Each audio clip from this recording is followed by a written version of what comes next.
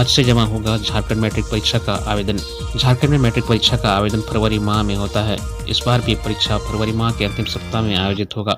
इसके लिए 30 नवंबर से मैट्रिक का फॉर्म जमा होना शुरू हो जाएगा। यह प्रक्रिया 14 दिसंबर तक चलेगी। परीक्षार्थी अपना आवेदन बगैर किसी विलम्ब शुल्क के इस अवधि के दौरान आवेदन कर सकते हैं। झारखंड एकेडमिक काउंसिल ने इस संबंध में पत्र जारी कर दिया है। जारी पत्र के अनुसार परीक्षार्थी अपना आवेदन विलम्ब शुल्क के साथ 15 से 21 दिसंबर तक आवेदन कर सकते हैं। जैक द्वारा जारी पत्र के अनुसार बिना विलम्ब शुल्क के आवेदन को जिला शिक्षा पदाधिकारी 17 दिसंबर तक सत्यापित करेंगे। वहीं विलम्ब शुल्क के साथ आवेदन का सत्यापन 23 दिसंबर तक होगा। वहीं साल 2024 के इम्प्रूवमेंट परीक्षा के लिए आवेदन आज से ही जमा होगा। परीक्षार्थी अपना आवेदन आयोग की आधिकारिक वेबसाइट www.jac.jharkhand.gov.in के माध्यम से जमा कर सकते हैं। झारखंड में 3 महीनों के अंदर 28,000 से ज्यादा पदों पर होगी बहाली।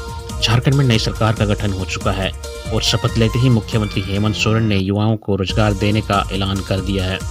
हेमंत सोरेन ने शपथ ग्रहण के बाद प्रेस को संबोधित करते हुए कहा कि वे 1 जनवरी से पहले 2025 में होने वाली भर्तियों का एग्जाम कैलेंडर जारी करेंगे और साथ ही जितने भी भर्ती परीक्षाओं के परिणाम बाकी हैं उन्हें जल्द से जल्द रिलीज करेंगे। झारखंड में सबसे मुख्य परीक्षाओं में से सहायक आचार्यों के 26,001 पद, जेएसएससी सीजीएल के 2025 पद और जेपीएससी के 342 पद, झारखंड पुलिस के 4,919 पदों पर परीक्षाएं समाप्त हो चुकी है और उनके परिणाम का अभ्यर्थी को लंबे समय से इंतजार है।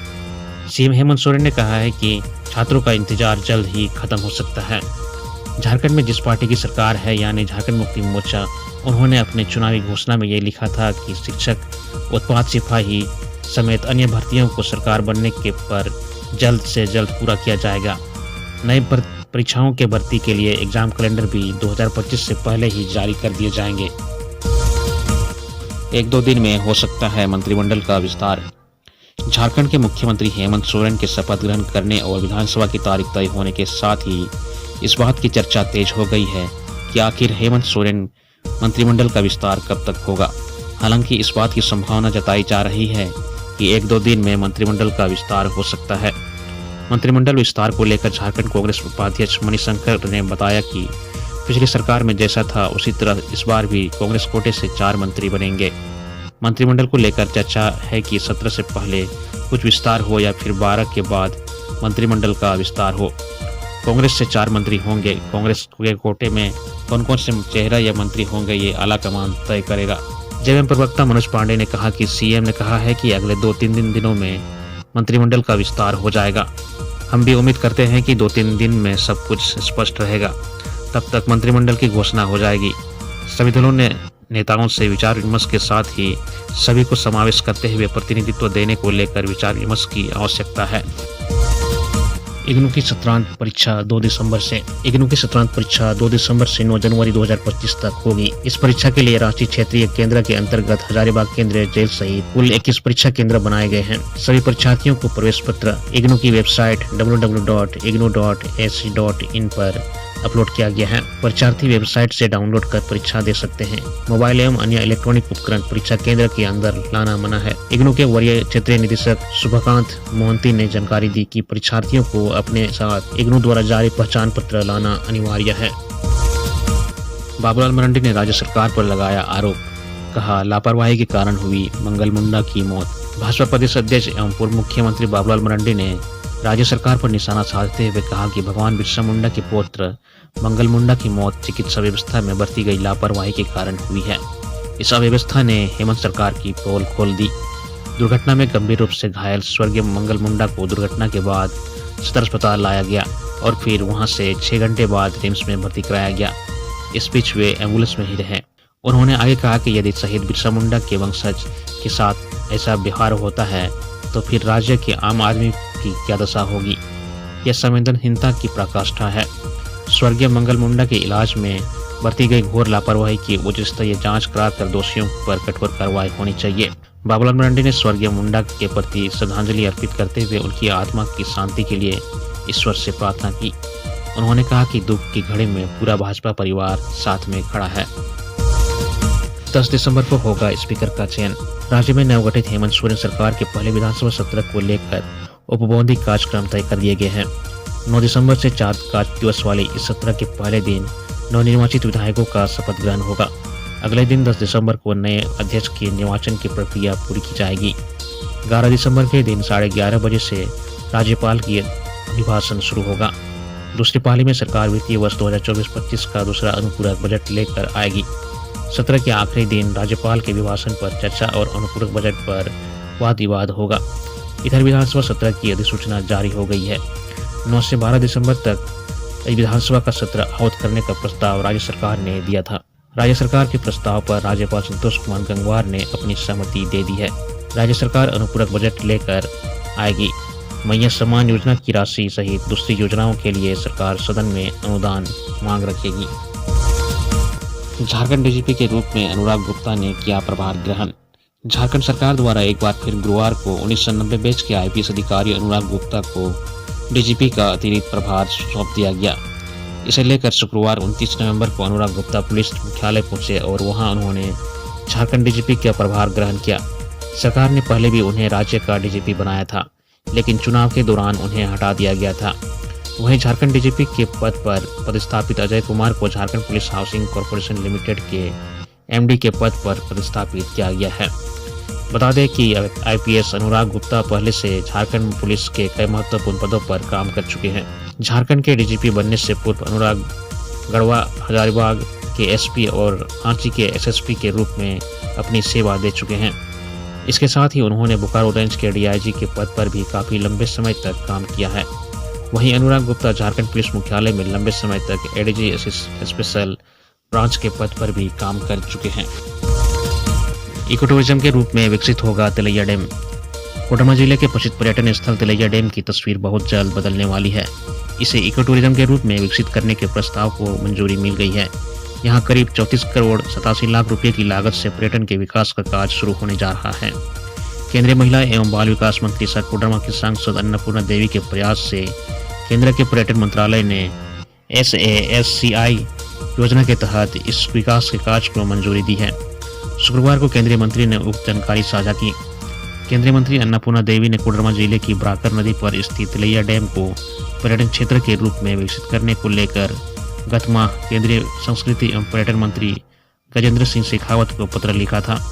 पत्र में कहा गया था कि ब्राकर नदी पर स्थित तिलैया डैम दामोदर घाटी निगम द्वारा निर्मित स्वतंत्र भारत का पहला डैम होने के साथ ही सुंदर प्राकृतिक परिवेश के कारण पर्यटकों के आकर्षण का केंद्र है। खूबसूरत नज़ारे को अपने में समेटे हुए तिलैया डैम को देखने हर वर्ष हजारों लोग पहुंचते हैं। करीब 35 वर्ग किलोमीटर फैले तिलैया डैम के पास मूलभूत सुविधाओं का अभाव रहने के कारण पर्यटकों को परेशानी होती है। ऐसे में पर्यटन स्थल के रूप में विकसित करने की जरूरत है। यहाँ पेयजल, शौचालय, बिजली, यातायात, रेस्टोरेंट एवं गेस्ट हाउस जैसी सुविधाएं बहाल की जानी चाहिए। मांग के अनुरूप मंत्रालय ने करीब 35 करोड़ रुपए की eco tourism development of Tilaiya dam नाम से योजना को मंजूरी दी है। पर्यटन मंत्रालय ने SASCI योजना के तहत झारखंड के कोडरमा स्थित तिलैया डैम के साथ ही 23 राज्यों में 40 विश्व स्तरीय पर्यटन केंद्रों के विकास को मंजूरी दी है। जैसे कर्मी को अगवा कर मांगी फिरौती, पुलिस ने धर दबोचा। अपराधियों ने झारखंड कर्मचारी चयन आयोग के कर्मी विजयलाल उरांव को उनकी कार के साथ अगवा कर लिया गया और परिजन से 5 लाख रुपए की फिरौती मांगी। हालांकि उनकी पत्नी के बयान पर प्राथमिकी दर्ज कर पुलिस ने विजय को सकुशल बरामद कर लिया है। साथ ही 5 अपराधियों को गिरफ्तार कर लिया है। यह जानकारी ग्रामीण एसपी सुमित अग्रवाल ने शुक्रवार को प्रेस कॉन्फ्रेंस में की। ग्रामीण एसपी ने बताया कि धुरवा के सेक्टर 3 की रहने वाली मुंदरी देवी ने अपने पति विजयलाल उरांव के अपहरण की प्राथमिकी दर्ज कराई थी। उन्होंने बताया था कि विजय नामकुम स्थित JCC के में कार्यरत हैं। वे सास के दुष्कर्म में शामिल होने भसूर आए थे और वहीं से ड्यूटी जाते थे।